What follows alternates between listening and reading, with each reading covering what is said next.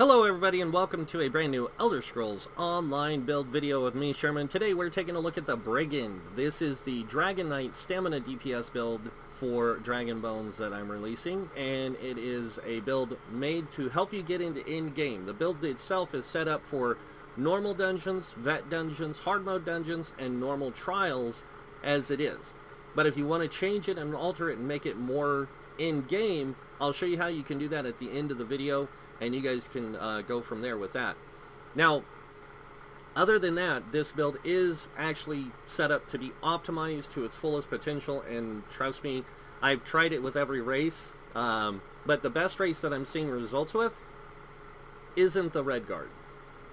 The Red Guard works great because they have really good sustainability and they have the highest amount of stamina, but for this particular setup, the Wood Elf actually works a little better.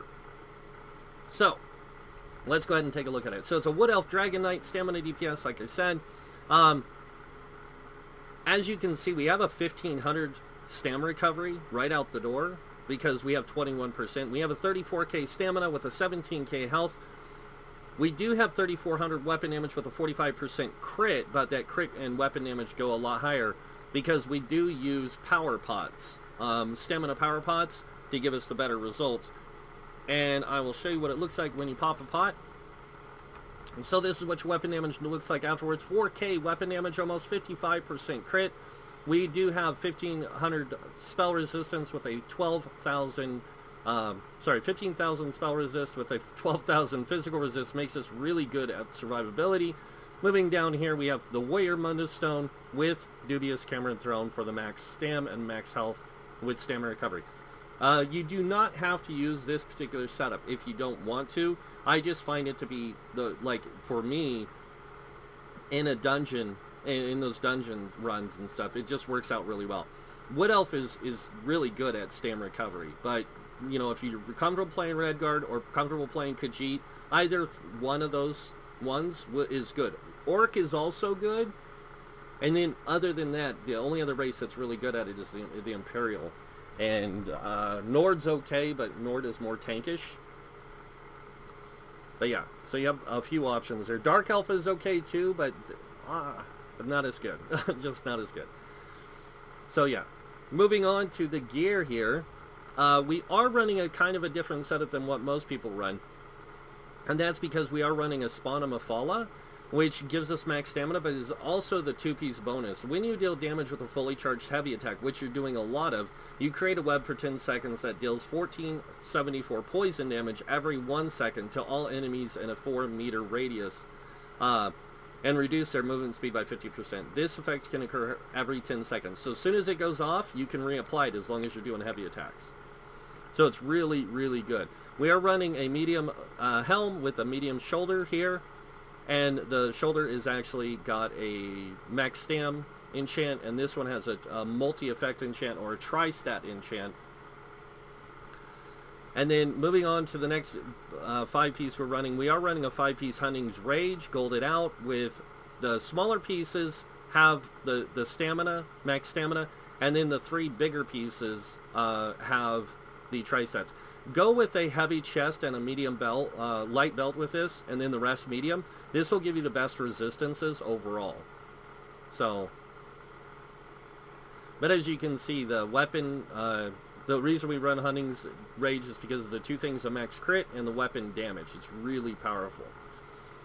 The next 5-piece set we are running is Sunder Flame, and we are running a 5-piece Sunder Flame with 2 jewelry and the 2 rings with weapon damage and the necklace with a stam recovery in it. And then down here on the weapons, we're running an axe with infused crusher enchant and a dagger offhand with a poison enchant, Nirnhoned. This gives you overall like some of the better DPS with this build. Now you can go Nirnhoned infused and then put the poison here and the crusher here if you want. Either way, it doesn't matter. You're going to end up with almost the same damage anyways. Sunder Flame bow on the back bar infused with the weapon damage enchant, because when you swap to the back bar, I want you to see this, you lose the 5-piece bonus. So you do lose that bonus of that negative effect debuff that it puts on there. The reason we use Sunder Flame is because of the 5-piece bonus. When you deal damage with fully charged heavy attack, you deal an additional 8,000 flame damage, or 800 flame damage, sorry, and reduce the enemy's physical resistance by 3360 for 8 seconds. That's really good. And then on top of that, you get max stamina, weapon damage, and weapon crit. So even without, you still maintain a high crit with a better weapon damage, because you get that extra weapon damage and that extra weapon critical. But if you switch this to a Maelstrom bow, you do lose the critical, which is fine, because bow gives you extra crit from a passive. So, but for some reason it's not showing it here. Make sure I got that unlocked. Yes. It's right here. You get extra crit. So, back to the gear. Alright. So, yeah. But I use the Crusher enchant on my DPS because they can maintain it a lot easier than tank can. Now, I do have the Night Mother set also unlocked for this, because Night Mother's Gaze really does, like this and Sunder Flame together, it's non-stop just removing stuff, and it's insane, especially with the Crusher enchant. So moving on down to the skills here. Like I said, run power pots. They're these ones. They give you the stamina. They give you stam recovery. They give you major brutality, major sorcery, or major savagery, which increase weapon and weapon crit, like weapon damage and weapon critical. You definitely want these. And then for the food, you can run Dubious Cameron Throne, or you can run the Braised Rabbit with this. And any of this you run is gonna work out better. So let's go ahead and take a look at the skills. So moving on to the skills here, make sure you unlock all your class passives. Even if you're not using those class abilities, try to make sure you get the class passives on this, because you really want those benefits if you are using any of the buffs or anything from it. Onto the dual wield, make sure you get all the dual wield passives, the bow passives, and then armor. You are running a 5-1-1 setup. You don't really need any of this stuff here, except for this one, the spell warding, the extra magic resist. On medium armor, you want all the passives, and on heavy armor, you definitely want all 3. Moving on to soul magic, make sure you get these 2. You don't really need them, but they help out. And then on the Fighters Guild, make sure you fill in all this. Now, if you want to be a vampire or werewolf with any of the builds that I've shown, you can. Werewolf for the stamina builds, and vampire for the magic builds or the stamina builds. Either way, they both work out. So, but for the Fighters Guild, I'll get all the passes, because you are using Dawnbreaker. And this increases the damage of your Fighter's Guild abilities by 20% against Undead, Daedra, and Werewolves, which is really good because of this. Banish the Wicked gives you 9 ultimate whenever you kill an Undead, Daedra, or Werewolf. And then this one increases your weapon damage for each Fighter's Guild ability slotted by 3%. So when you're on the front bar, you get a 8% increase in damage, because you are running Flawless Dawnbreaker for 5% weapon damage. And on the back bar, you get extra from Rearming Trap. So, I do need to change one thing here.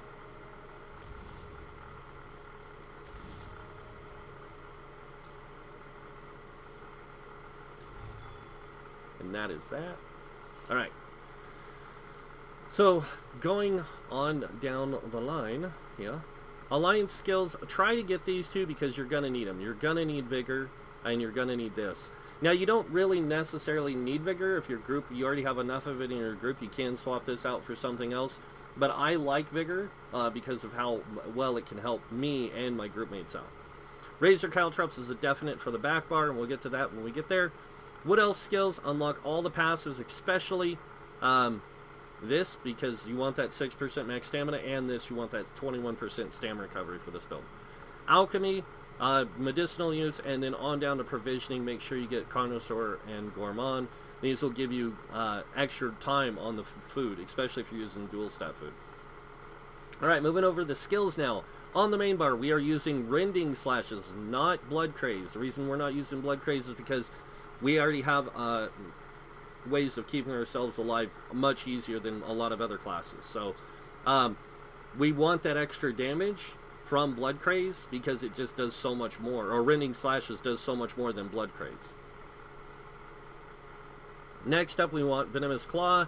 This does a lot of damage up front and a lot of damage over time, but also poison seeps in the target and deals increased damage the longer it lasts, adding 12% more damage every 2 seconds. So this grows in damage. Next ability is Noxious Breath. This also applies Major Fracture. So when you use this and you hit a bunch of enemies with it, you will apply Major Fracture to multiple targets, and it lasts for 10 seconds. It also does really good damage.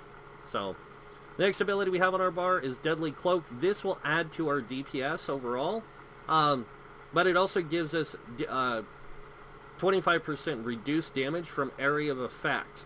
So when we have those area of effects on the ground, we can actually reduce that damage by 25%, giving us greater survivability.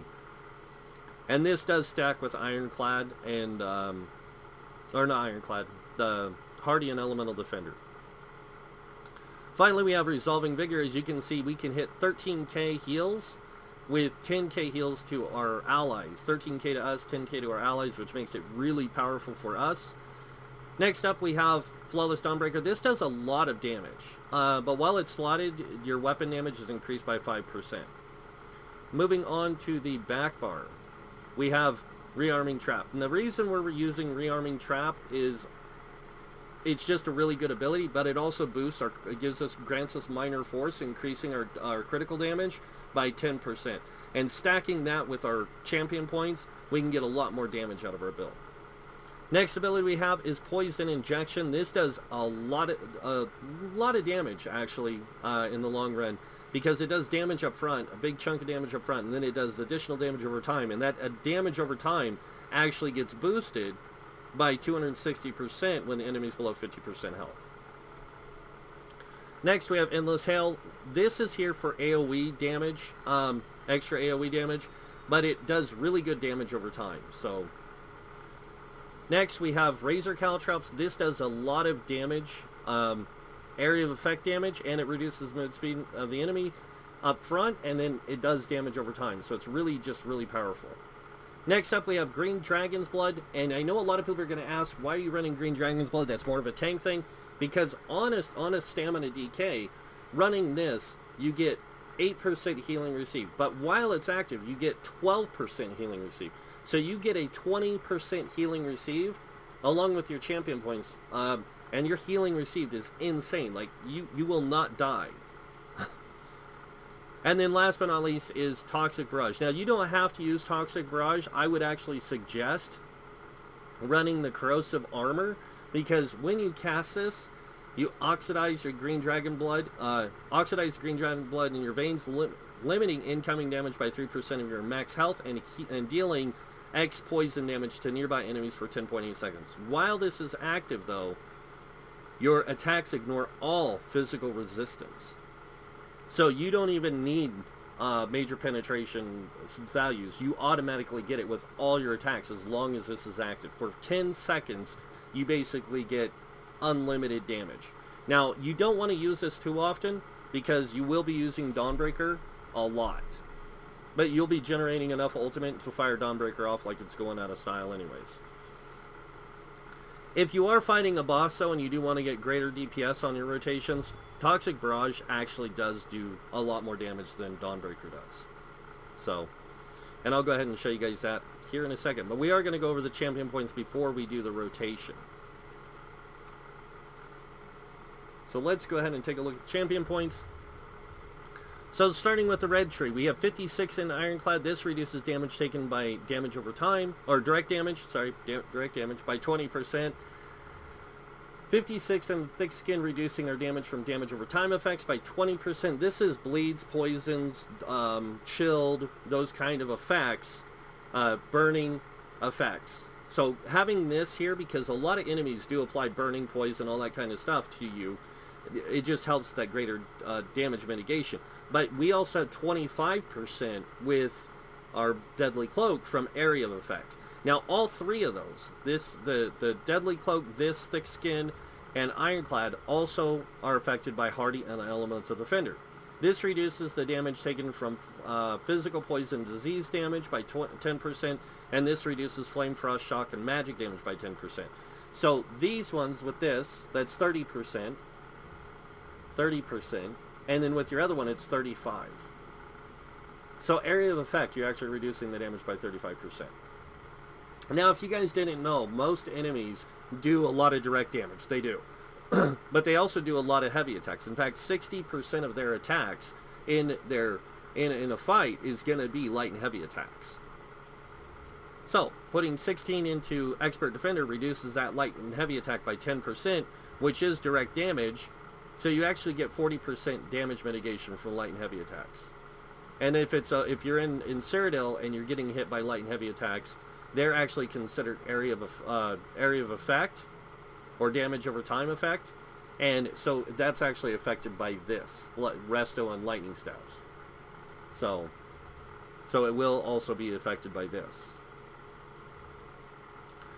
Next up, we have 23 into quick recovery. We don't really need this, but I put it here anyways to give us extra healing received for 6%. So not only do we get 20% healing received, we get 26% healing received, which makes us pretty much unkillable because we have so much. And then in the last 3 points, I put in a medium armor focus to give us extra physical resistance. Alright, moving on to the green tree. We have 23 into Warlord, reducing our break free cost by 10%. We have 20 into Sprinter, reducing our sprint cost by 12%. And then we have 75 into Mooncalf, increasing our stam recovery by 14. Now, if you guys didn't know, wearing 5 pieces of medium armor gives you 20% stam recovery. This is another 14.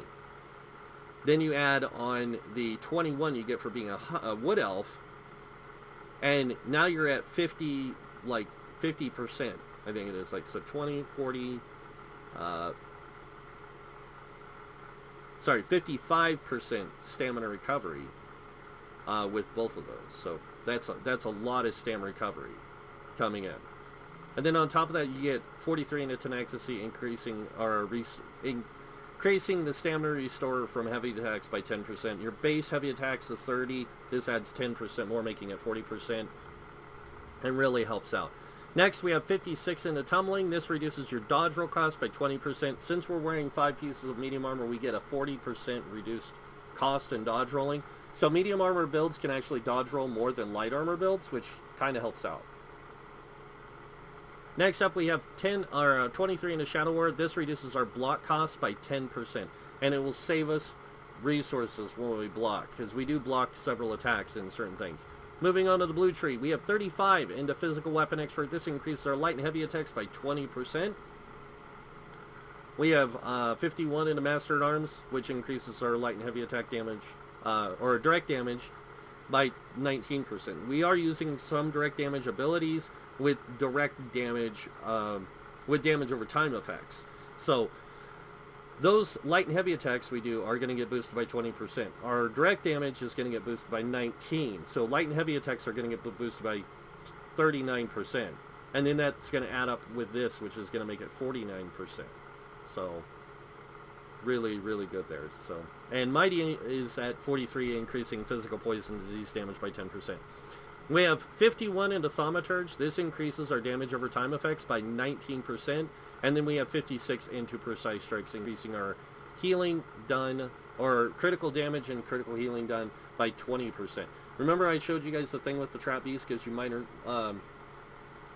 force, increasing your critical damage by 10%. It stacks with this. So you actually get 80% more critical damage. And if the enemy just happens to be off balance, you do get 10% extra damage against them. So that's where we get to make up a lot of our damage. Also, our light and heavy attacks on the enemies below 25% health gets boosted by another 5%. So we do get a lot of damage out of this build, and I'll show you guys the full rotation here in a second. Also, the last 4 points, just drop it down in here, and piercing, this is going to increase your physical penetration by 400. So, alright. So, let's go ahead and see this build in action. I'm going to go ahead and buff up. And I'm not going to worry about using Green Dragon's Blood, but if you are in a trial, you do want to keep that Green Dragon's Blood up a lot. So, alright. So starting with this, Trap Beast. And you're going to want to light attack in between all of these things. And then swap bars. Do your Twin Slashes heavy attack. And then that heavy attack. And as you can see, that one thing's already up. And you're going to basically be heavy attacking on the front bar all the time. So But yeah, that's pretty much it. So on the back bar, you're going to be light attack rotation. On the front bar, you're going to be heavy attack. So through the whole thing. And I'm going to go ahead and let this wear off, and then I'm going to show you guys a full rotation. And I will be using the Toxic Barrage. And the way you want to do the Toxic Barrage is you want to apply all your dots on the back bar, and then drop your Toxic Barrage. And then redo the whole back bar again with the light attack rotation. Move to the front bar and go through that. So I'll show you what I mean when I get to it. Alright, so let's go ahead and get this started.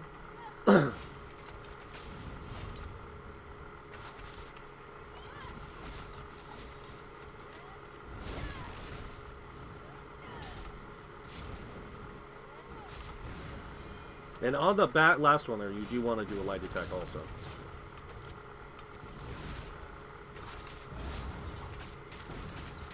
And then do the Toxic Barrage. Do the trap again. Like I said, you want to do the whole rotation all over again. And then go back to that front bar.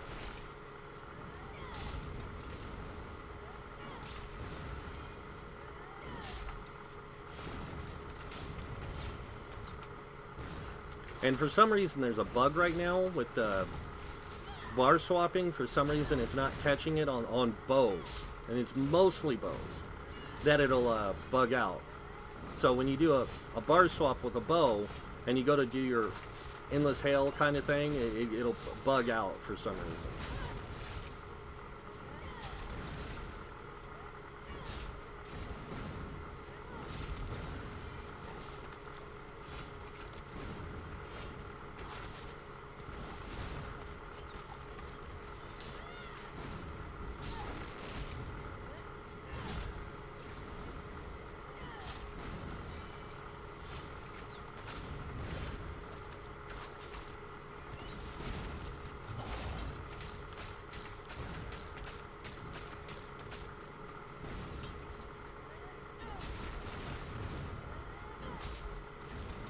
I just did that one that way because I wanted to get on the front bar and do my rotation.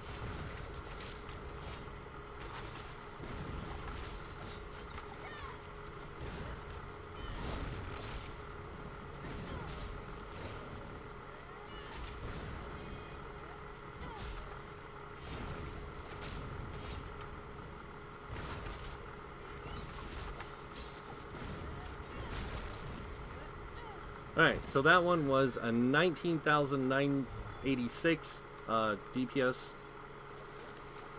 which isn't bad. Pretty good, actually. So you guys saw the rotation. Now I'm going to show you guys how you can set this up for end-game vet trials. So it's really simple to do. All you have to do is, honestly, is swap these out for stamina glyphs, switch to dual stat food, like this. And as you guys can see, I go up in stamina, I go up in max health, and if I'm running the dual stat or the single stats here, this will take my stamina up even higher, but I will go down in stam recovery a lot. So the other thing I can do here is I can change this out to a weapon damage, and then on the back bar run a Maelstrom bow. And then I'll have actually the more meta setup for in-game. But this setup works out really good because you're constantly getting high DPS output, like through the whole rotation all the time. But it works out really well. But if you think about all the debuffs and everything like that, even in vet mode, this build, the way it's set up now, works great without having to change anything out, really. Like, you don't have to change from Dubious Cannon Throne. You might have to change out the glyph here, the recovery glyph, to weapon damage. But you're still going to have almost a 1400 stam recovery, which makes it really good for you. Because you really, you don't need to change these out if you don't want to. It's still going to work out for you if you want. And it works great in, like I said, in normal dungeons, vet dungeons, hard mode, and then trials. But that's pretty much it. That is the Brigand Stamina Dragon Knight DPS build for Dragon Bones. I hope you guys like it. If you guys did, go ahead and hit that like button. If you guys want to see more videos by me, you can hit that subscribe button. Other than that, I want to thank you all for watching. Until next time, have a wonderful day, and this guy might see you in game. Bye.